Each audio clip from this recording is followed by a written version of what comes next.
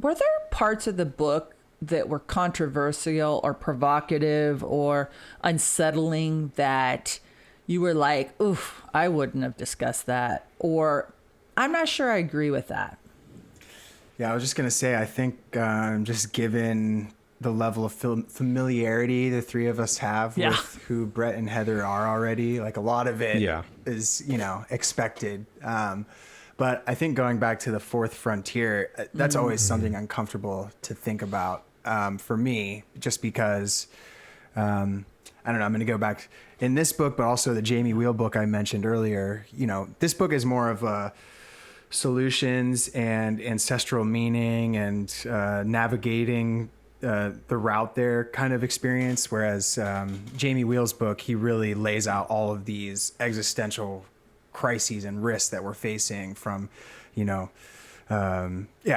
it's really crazy. But the common theme between the two of them is just this implied doom that if we don't figure out how to get there, that we're going to have tough days. And that's uncomfortable for me, I guess is what I'm saying, is that thinking about that and understanding that, it's either figure out a new way to do things, or this way is going to eventually, maybe not in my lifetime, but eventually it's going to run its course, and there's not going to be any further for it to go, is always a very unsettling and maybe not controversial, but certainly skin crawling. Well put. And that resonates with me too. I guess I'd forgotten about feeling, uh-oh, when I got to a couple plates, like, uh-oh, now what do we do?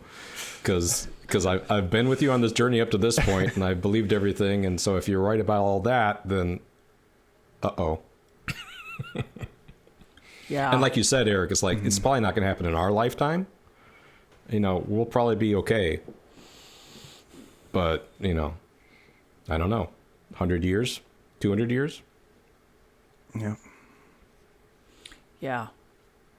Well, I thought the chapter about sex and gender was just, if you are not familiar with Heather and Brett and how they feel about that, or you weren't raised by a biologist like I was, like that might take some digestion. You might have to take some enzymes to get that down because they're very, straightforward about what biological sex is and how that differs from gender. So I think that's probably the most provocative chapter, only because it's a reflection of 2022. I think it's extremely uninteresting 20 years ago. Really. Yeah. And it might be extremely uninteresting in 20 years. But right this moment, I think it's a hot button topic. We haven't actually covered it on Unity Now yet. We could, but we have not. And I think the way it's going to show up in my life is going to be, well, it didn't, and it might not, but a biological man competing in a girl's sport that my child is participating in. So I think that it would show up there. And then Todd, going back to your points about becoming an adult, if you see something you don't like, you need to speak up. What was that line exactly? It had more to do with like people coming after your friends. If the mob comes for you? Yeah. So if the mob comes for you, so the mob's going to come for you just by using the wrong pronoun or mispronouncing someone's name or something like that,